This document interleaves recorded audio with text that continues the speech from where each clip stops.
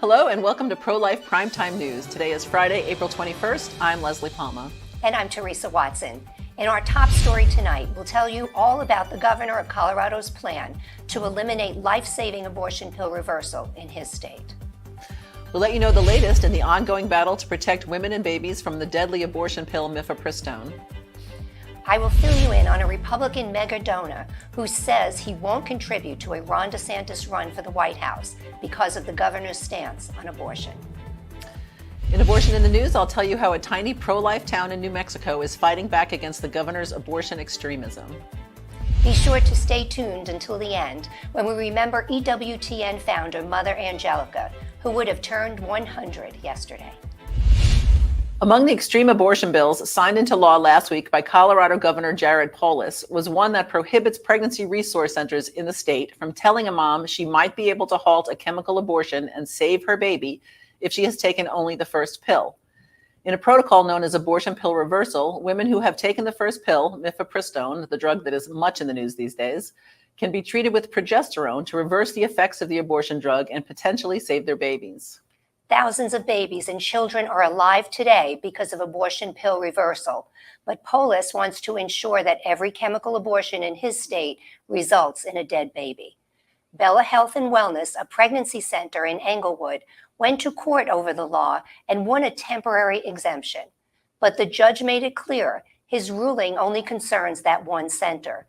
Other centers that want to continue offering women information on the protocol will have to take legal action. Dr. George Delgado was an early pioneer in abortion pill reversal, establishing the medical protocol for its use and publishing the first peer-reviewed article on it in the medical literature. We've asked him to join us this evening to talk about the reversal procedure and the Colorado law. He's joining us from San Diego. Welcome, Dr. Delgado. It's great to be here. So, Doctor, can you describe the abortion pill reversal procedure and give our viewers an idea how long it's been around? Sure. Well, the very first abortion pill reversal case was in the year 2007. My colleague Matthew Harrison performed that in North Carolina. In 2009, I performed the second one. We had worked independently, not knowing what each other was doing, but pretty much came along the same path.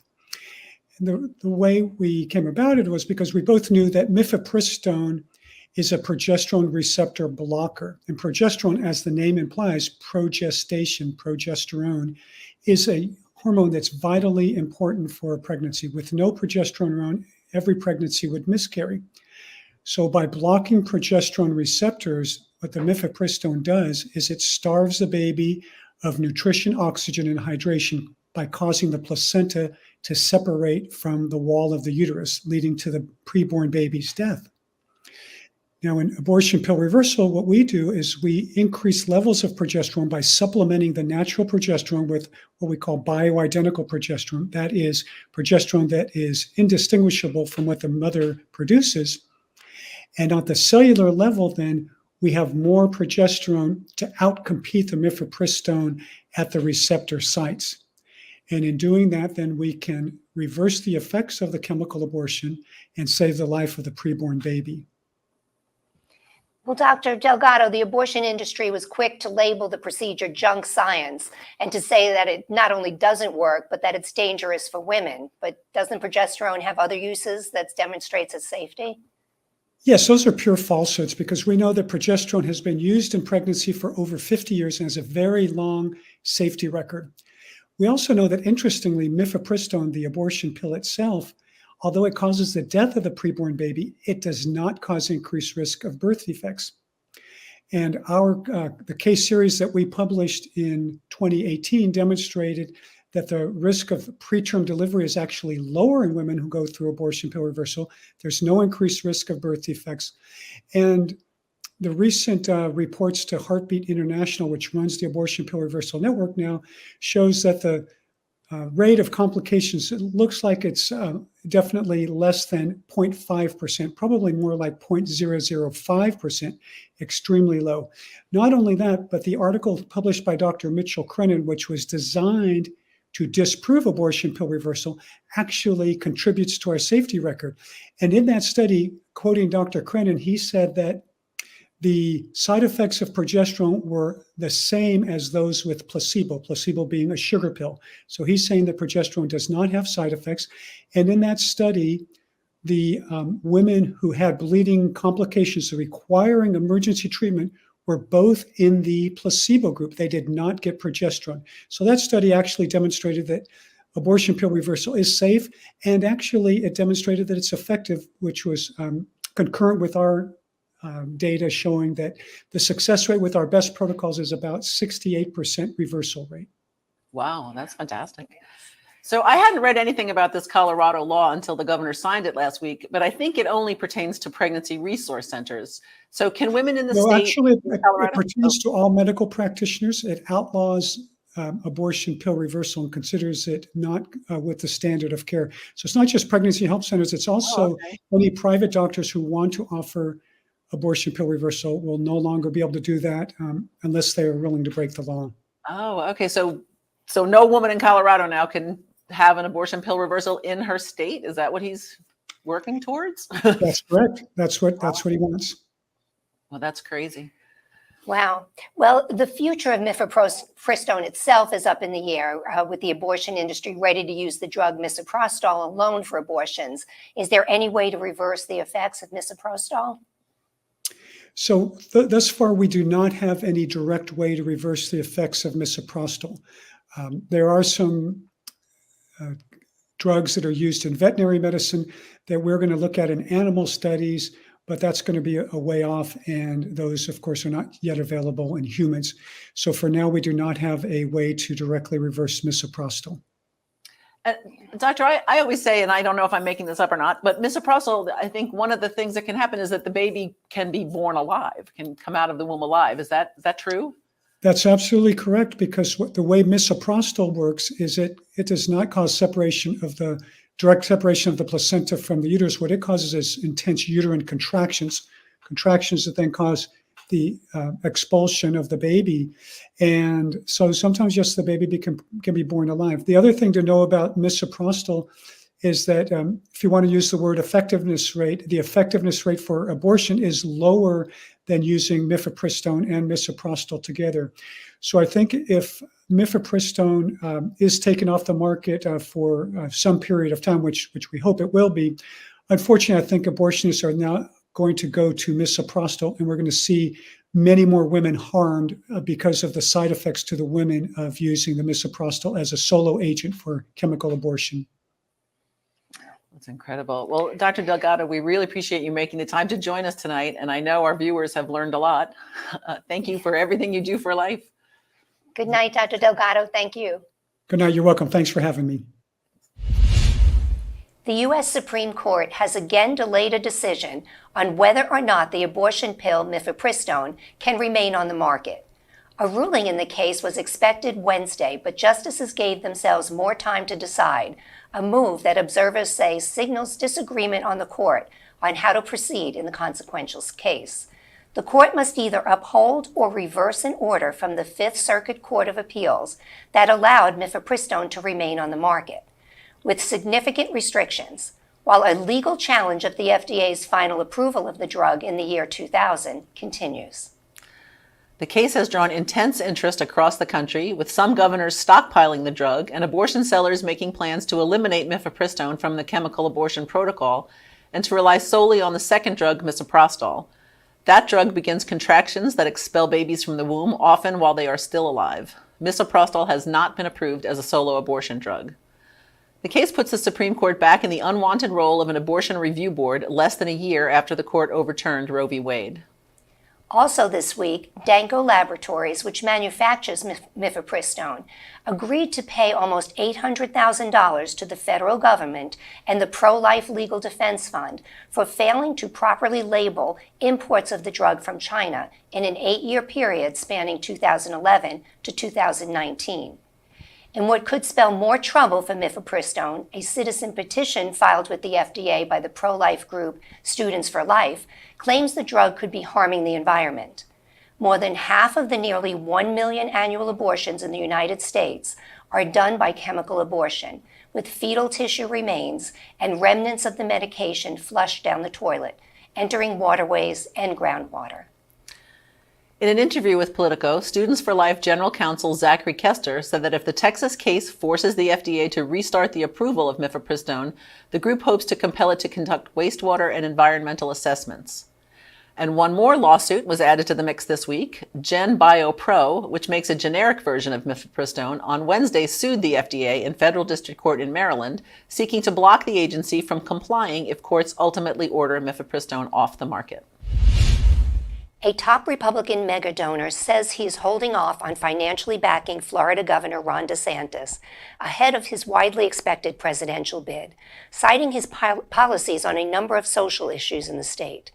Because of his stance on abortion and book banning, myself and a bunch of friends are holding our powder dry, Thomas Petterfy, a billionaire businessman who is a notable GOP donor, told the Financial Times.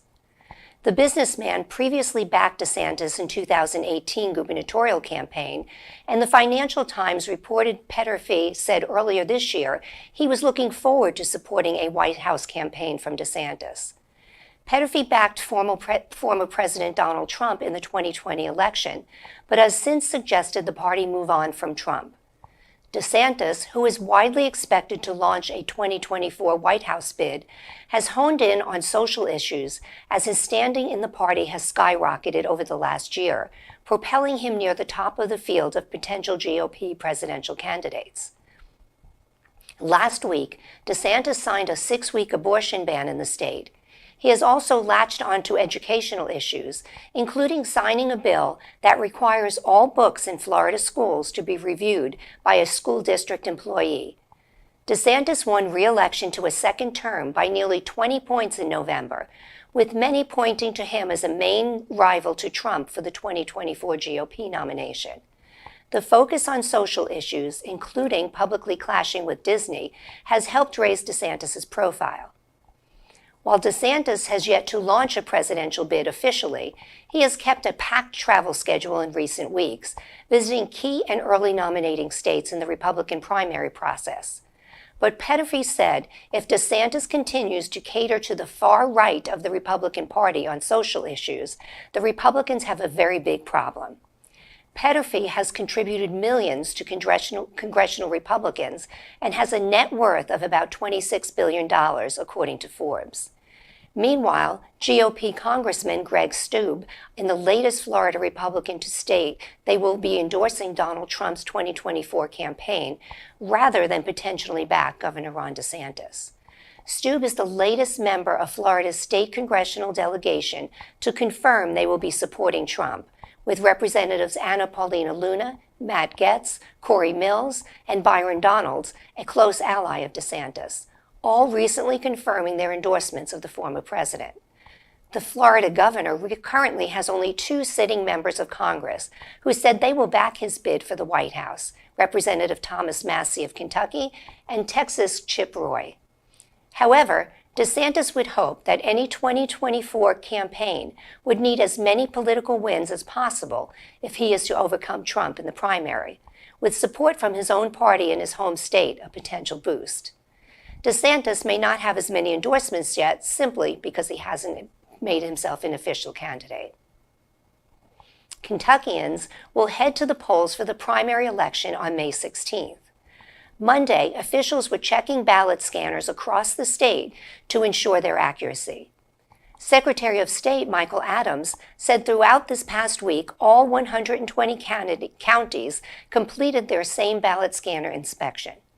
It's an important step in this process, one that Adams says every county must undergo before Election Day arrives. Every single ballot scanner in Kentucky goes through rigorous testing before it's ever utilized. We check the tech thoroughly before a ballot gets cast on it, said Secretary Adams. Adams says it proves the fairness and security of these upcoming elections. Jessamine County Clerk Johnny Collier says they take the additional step of placing a sheriff's deputy at every polling location. They're there to make sure the public feels safe and aren't any problems, said Collier. U.S. President Joe Biden is running again, he and his White House officials insist. He's just not ready to announce it yet. The expected date for Biden, 80, to make his 2024 presidential plans official has slipped from just after the State of the Union address in February to March to potentially May or even later, according to aides and advisors. Biden trails recent Democratic incumbent presidents on the issue. Barack Obama announced he would run for a second term in 2012 on April 4, 2011. Bill Clinton's 1996 re-election announcement was April 14, 1995.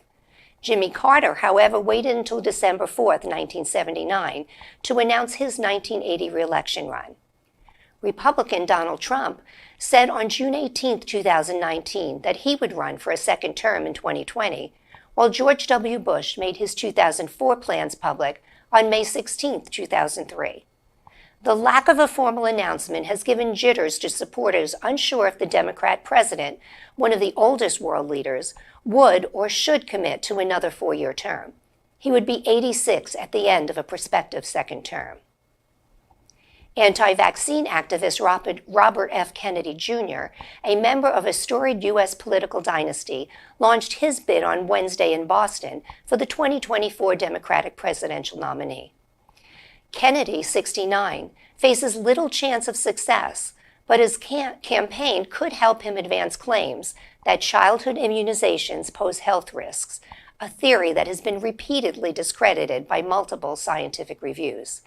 Kennedy has been banned from YouTube and Instagram for spreading misinformation about vaccines and the COVID-19 pandemic.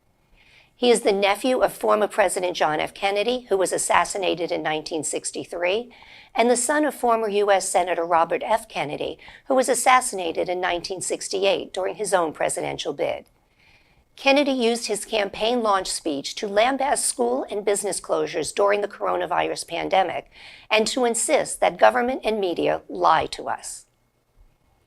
And that's political news in a nutshell. U.S. Senate Democrats on Wednesday blocked a resolution seeking to roll back a Department of Veterans Affairs rule that allows taxpayer-funded abortion for veterans. A procedural vote that required 51 votes to advance the resolution garnered only 48, with Republican Senators Susan Collins of Maine and Lisa Murkowski of Alaska joining Democrats in voting no. The only Democrat to cross the aisle in support was Senator Joe Manchin of Virginia. Alabama Senator Tommy Tuberville, the lead sponsor of the resolution, called the VA's new policy illegal, wrong, and an abuse of taxpayer dollars.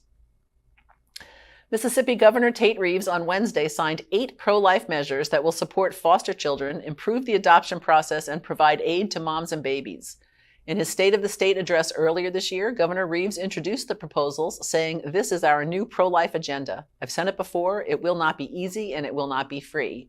Mississippi will be relentless in its commitment to life. We will be relentless in our support of mothers and children." In a landmark case that could have far-reaching implications for abortion sellers across the nation, the city of Eunice, New Mexico, announced a lawsuit against the state's governor and attorney general for their attempt to subvert the federal Comstock Act. At a press conference Monday in front of the U.S. Supreme Court, Eunice Mayor Billy Hobbs said, "It gives me great honor to say here in our nation's capital, Governor Michelle Lujan Grisham and Attorney General Raul Torres, we will see you in court." The lawsuit filed in Lee County, New Mexico, focuses on the ordinance passed by the city of Eunice that simply requires compliance with existing federal laws on abortion, including the 1873 Comstock Act, which prohibits the mailing and receiving of abortion-inducing drugs and abortion paraphernalia. The law was unenforceable under Roe v. Wade, but now, with renewed enforcement, Comstock could make it impossible for any abortion provider to do business because they rely on the mail for the delivery of medication and other supplies. Maine Governor Janet Mills, a Democrat, is calling for state legislators to pass a bill that would remove almost all restrictions on abortion right up to the moment of birth. The bill's passage is virtually assured since there are enough co-sponsors to ensure it will be approved. During her re-election campaign last year, Mills repeatedly said she would seek no changes to the state's current abortion laws, which allow babies to be killed through 24 weeks. I guess she's had a change of heart. Kansas Governor Laura Kelly became the second Democrat in recent weeks to veto a Born Alive bill that called for emergency life-saving medical care for newborn babies who survive abortion. Both houses of the Kansas legislature are dominated by Republicans, and both houses passed the bill with veto-proof majorities, so Kelly's veto could be overridden. But even that is not a guarantee the bill will be enacted. Lawsuits have prevented Kansas from enforcing a 2015 ban on dismemberment abortion and a 2011 law regulating abortion businesses. Arizona Governor Katie Hobbs vetoed a Born Alive bill in that state earlier this month. Kelly called the Born Alive bill misleading and unnecessary, and Hobbs said it interferes with the relationship between a patient and doctor. The North Dakota House on Monday passed a heartbeat bill that would protect a baby from abortion once a heartbeat is detected by about 6 weeks. The Senate passed the bill in January by a vote of 43-4, but must concur with some changes made in the House version. When Roe v. Wade was overturned in June 2022, the state's trigger ban should have prohibited almost all abortions, but the law was blocked in state court by a legal challenge brought by the state's sole abortion business, which has since closed and reopened in Minnesota. West Virginia's only abortion business, not very busy now that most abortions are prohibited, has dropped a lawsuit seeking to overturn the law. The Women's Health Center of West Virginia in Charleston no longer has an abortionist on staff, and the executive director is crossing the border into Maryland to work at a new killing center in Cumberland. A Florida judge on Tuesday recommended that abortionist Christopher Saputo be permanently banned from performing surgical abortions after 3 women nearly died under his care. Saputo's license has been temporarily suspended since last July, when state health inspectors described him as a great public danger. Saputo worked for the American Family Planning Abortion Facility in Pensacola, which the state shut down last May for endangering the health, safety, and welfare of its patients. The abortion business had racked up hundreds of safety violations, the worst involving nearly killing 3 women in botched abortions within a span of 9 months. And that's Abortion in the News. Mother Angelica, the founder of the global Catholic television network EWTN, would have turned 100 yesterday. She was born Rita Rizzo in Canton, Ohio on April 20th, 1923, and she was a member of the religious order, the Poor Clares of Perpetual Adoration. She founded the network in 1981 and began broadcasting from a converted garage in Hanceville, Alabama. Mother Angelica died in 2016. Well, Leslie, we have a lot of our folks here at Priest for Life who knew her really well, right? And one of our employees actually worked at EWTN very closely with her, Sam Ranelli. And he works in our web department now. You know him well. And he kind of was telling us a story about when he started there and he was in the marketing department. And he would go to these different conventions trying to expand the reach of EWTN. And they went to a Knights of Columbus event. And at the event, they gave out these framed pictures, and they asked the organization if they could take one back to Mother Angelica, which they did. And when they got back the next day, Mother Angelica was praying with her executive staff, and they were trying to decide if they should expand and sign a contract with a shortwave radio network. And what they were going to do was they were going to do this in Poland because that would help them to just to be able to get to all the European marketplace, right? So they bring back this picture. They were looking for a sign. Mother Angelica was saying, please, Jesus, give me a sign as to if you want me to sign this or not. So her secretary brings in the picture of what Sam brought back, and it was a picture of Our Lady of Czestochowa from Poland. And Mother Angelica was apparently, just blown over and said it was a sign, and they signed the contract. So it was that's crazy. It was a good story. I remember Sam has another story. Mother had a stroke, I forget when, but she walked for years. She walked on crutches and she had braces on her feet. And he remembers being there one day and they got a call and they said, something's happening at the monastery, get over there. So everybody ran over to the monastery, and out comes Mother Angelica walking, no crutches. And she pulled up her habit a little bit to show she had no braces on her feet. And it turns out she had gone the night before to a prayer service with an Italian mystic named Paola Albertini, and she was cured. She had a miraculous cure, and she never walked with crutches again. Amazing. So yes, I wish we had an opportunity to know her. She was quite an amazing woman. And she also, we have in 1994, she gave Priests for Life the first pro-life TV show. It was Defending Life, which still is aired to this day. Wow. And that was just her decision. Amazing. Yep. Amazing. Well, happy birthday. Happy birthday, Mother Angelica. Next week, Teresa will be at the Heartbeat International Conference in Louisville, Kentucky, and she'll be doing some reporting from there. Anthony Vasone will join me in the studio. Thank you so much for joining us on Pro-Life Primetime News, produced at Priests for Life headquarters in Titusville, Florida. We hope you will tune in every Friday at 9 p.m. Eastern Time. We hope you will support this show and all of our broadcasts by making a donation to prolifegift.org. These donations help fund all of our work here at Priests for Life, which enables us to continue educating, equipping, and activating God's community to end abortion. I'm Teresa Watson, Executive Manager. I'm Leslie Palma, Communications Director. Remember, life is the only choice.